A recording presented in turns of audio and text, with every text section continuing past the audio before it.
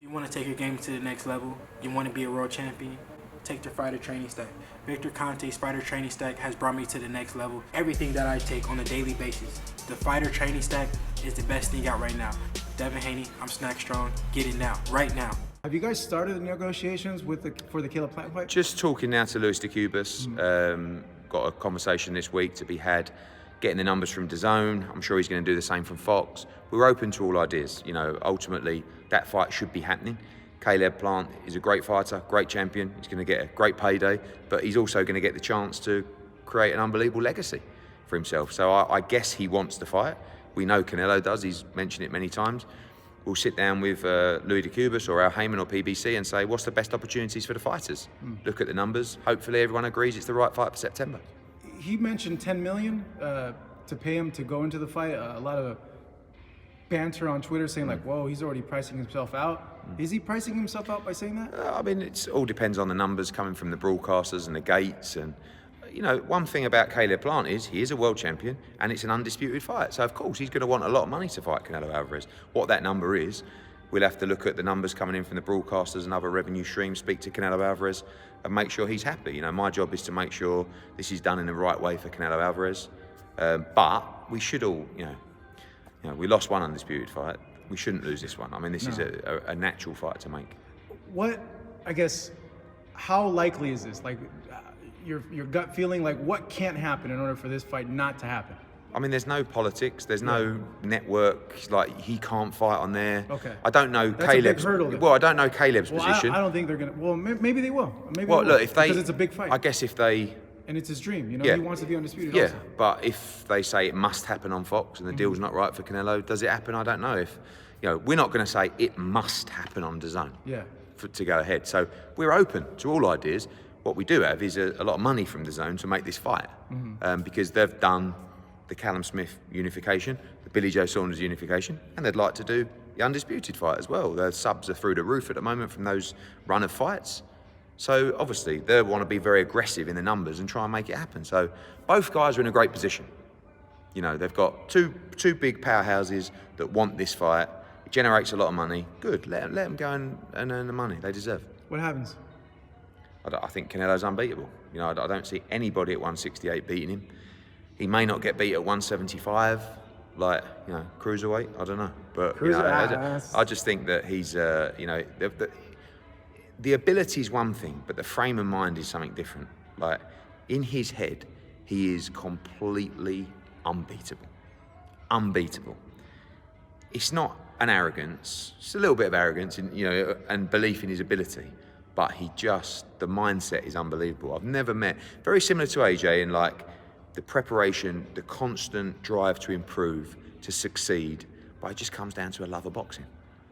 You know, I spoke to him a couple of days ago. He's just got married. He just wants to fight now.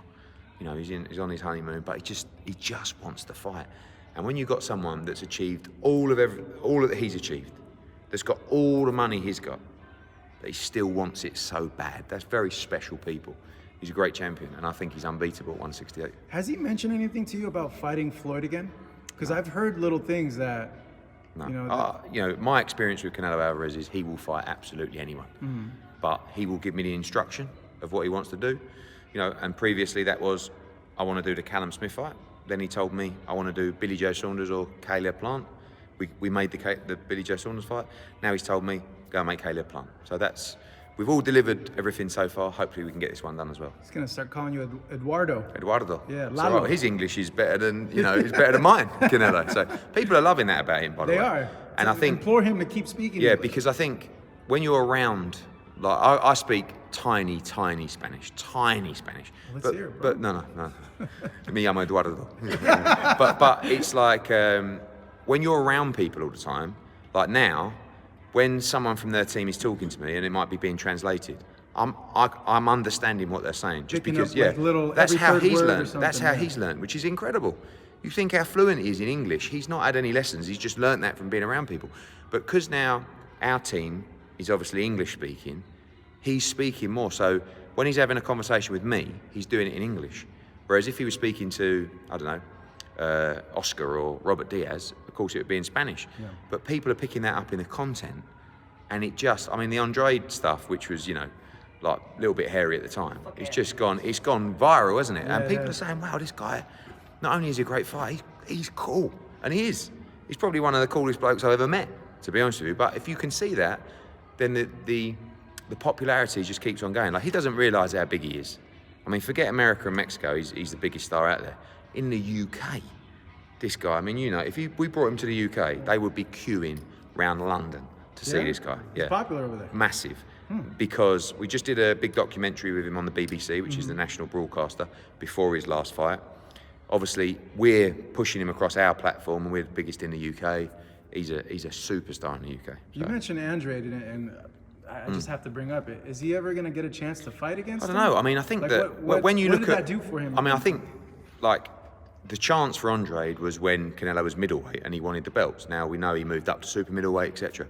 But if you look at Demetrius Andrade, if I'm looking at the career of Canelo Alvarez, he wants to fight the champions, right? So he wants to be undisputed. So a fight with Demetrius Andrade would effectively be a voluntary defence of his belts. I don't think he rules that fight out, but he's saying, I want to fight the champions. I think if he was at middleweight, I think Canelo would take that fight. But we're crying out for a big fight for Demetrius Andrade, and you know, it could be Chris Eubank Jr. next. We've made a big offer for them. Andrade. Yeah, I think it's a good fight, maybe in the UK as well, so we'll see. Thank you so much for watching this video, and make sure to subscribe for more videos of your favorite fighters over here on Fight Up TV, and give us a follow online as well at Fight Up TV on Twitter and on Instagram. We appreciate it, guys.